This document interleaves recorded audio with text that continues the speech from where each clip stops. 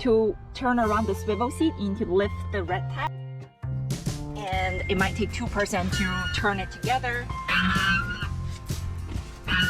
And sometimes if the seat back here is too much against the wall, you might need to adjust the seat forward so you can fully turn it around. And this is it. And when you swivel it back, make sure you hear that click all the way. Now it's all the way in. These are the switches to easy control different lights. They're labeled very self-explanatory. Those two are lights. And those two, one is a freshwater heating button and the other one is a gray water tank heating. Those two, normally we don't need to use it in the summer because it's to keep the water tank itself, the temperature level that's above freezing so they don't freeze, and that's not a concern in the summer, so don't really need to turn those two buttons on. And if you need to use water, of course, just to turn the water pump on, and you'll be able to use water at the sink and at the shower. There are also two little outlets here. One is a 12 volt, what you normally see in the car. There's one included in the front of the cab. Make sure to unplug it when you're not using it, or if you have USBs, you can charge your phone. It's that right here too. And on the back of the van, which is where the pillows are, there's another one of those. And over here, we have the control for the Max Air fan. Above, you can manually control it using the on and off button here on the machine itself, or you can use the button here, and it also controls it. It's useful that if you're already in bed, you don't want to come all the way down to turn off the fan. It's easily reachable right on the bed. Turn it off. All the lights and fridge and the fan that we have seen so far are on 12 volts connection, so you actually don't need to turn the inverter on. The only appliances that you really need to turn this inverter unit on is if you're using the microwave. The microwave is on a standard 110 volts power outlet, so you need to inverter on, or if you're charging any large equipment like a camera or a laptop, you will need to turn the inverter on. It's super simple, just hold the button for about 2 seconds. And if the green light is on, there, now the inverter is on. And you can see the microwave just turned on, and we can function it regularly. So this inverter doesn't need to be on all the time unless you're using the microwave or charging any large electronic. You can leave this off to just to help with battery level conservation. And this control right here is actually a heater for the van. While you're sleeping, it's connected to the fuel tank. So you're not using electricity, you're just using your fuel level for this. To turn it on, you just tap the middle button and you will be able to see now we're on the heating setting, and you push in again and you can see what's the temperature you want to set it in. We'll change this to Fahrenheit, so it's easier for American travelers. So you tap in again, and then means you're on. You want it to be on all the time, which of course for fuel level conservation, you don't want it to do that. So you just twist the knob to the left to adjust. Now it's on for 50 minutes. I normally just leave it on for an hour or so before I go to bed. And when you tap it again, now it's working. And let's go over here, take a look at the fan.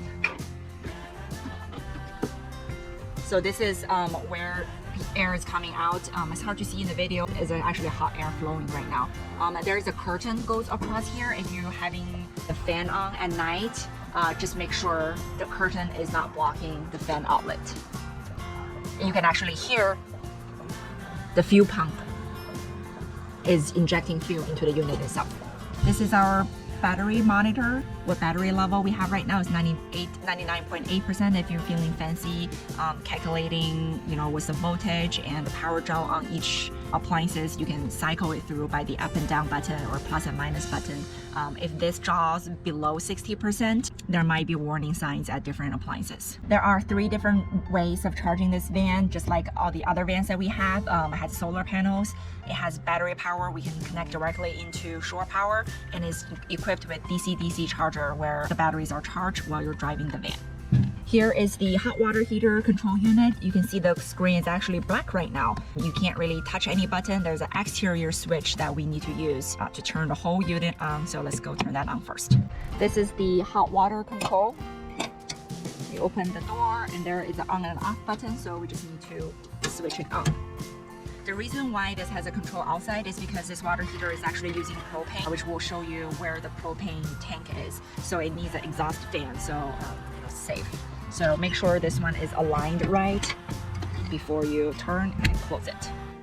Now the exterior switch is on. We can turn it on and you can see the water current temperature is 59, and you can adjust how hot you want it to be by this up and down button.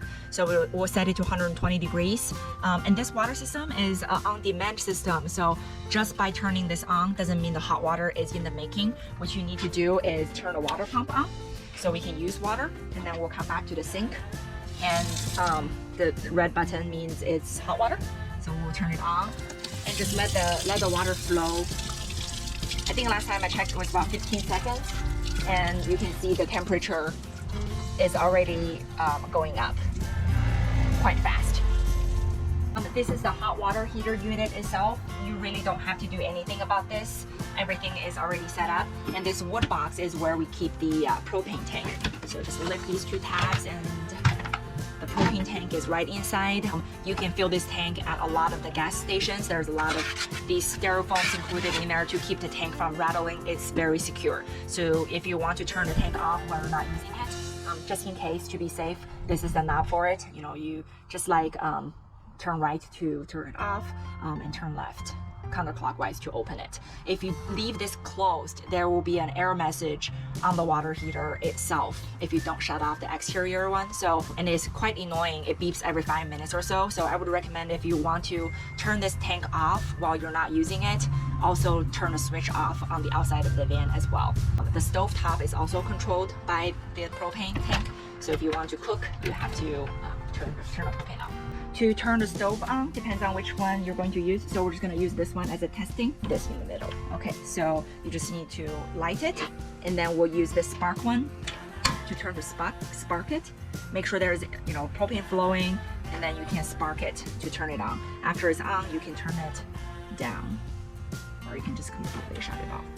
Make sure it's in the off position. The detector in the van right here, so just for your safety. You can see this bed is quite high and we don't have a ladder to go up, so there is a little step stool that we keep right inside of this door. If you need it, just get it out and set it down, and you can use this as a little ladder to go up to the bed.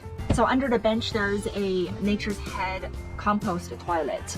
The toilet has a urine diversion, so when you go to your business, your number one will actually drain from the two front bigger holes into this bucket with the handle on it. So your urine will divert into this bucket. And number two, which we don't recommend you use in this van, there's always bathroom in different stores available. That's the recommended way to go. But if you really need to go, to pre-purchase some compost so we can mix it in. So the way it works is you would open this latch here, just push it down, so the bigger compartment will open, and you would fill this up with compost. And if you look closer, there's a little mixing wire in there. So with the compost and you're done your number two business, over here there is a wheel. You have to turn this wheel. As you turn, you can see it's kind of like a mixer.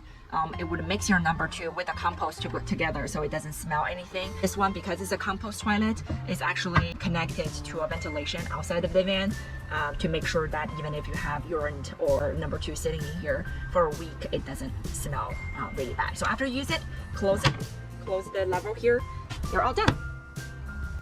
And for cleaning, every time you do your business, it's recommended that we have a little spray bottle included in here. So just spray it a couple times to make sure, you know, this bowl is clean, that doesn't smell anything. It will just all drip down to the bucket anyways. At the end of your trip, we expect you to clean this toilet to the standards that's enough for the next user. So the way you do that is there are this leveler on each side of the toilet. So you just need to unlatch this, and there's the same one on the other side, which is not videoed, but there it is.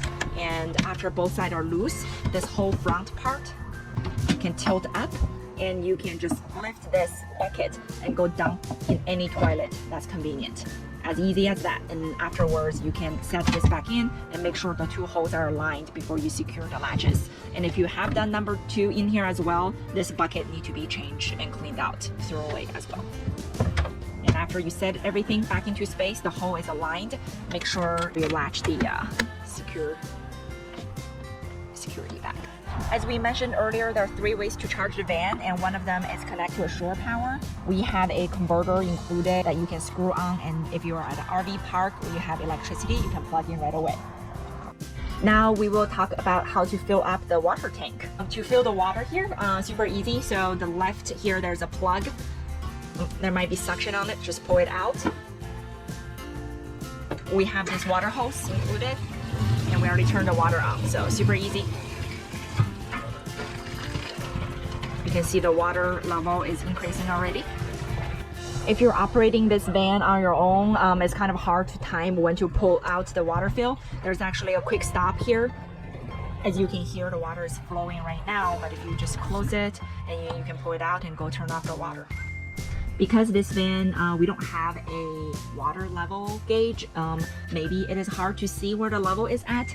Remember here, there is a water tank light if you turn the water light on. Super easy to see the water level. You don't need a gauge for it. As for the gray water tank, there's only one gray water tank under the sink here. If you're not at a place where you can dump or free flow right away, you can save as much as you want in there until the water will just stop going down, accumulating in the sink. And to drain this thing, there is a manual valve here. You just need to pull, and you can hear the water is draining. The water is draining below the van. We also have two levelers to see if the van is leveled both left and right and front and back. So if you're driving alone, you don't have to go out of the van to check that. Just make sure to check those two. It's right next to the cup holders. You're good to go. And if you, in any situations, you're unable to find a level ground, we are actually, we include 4 RV blocks in the back of the van.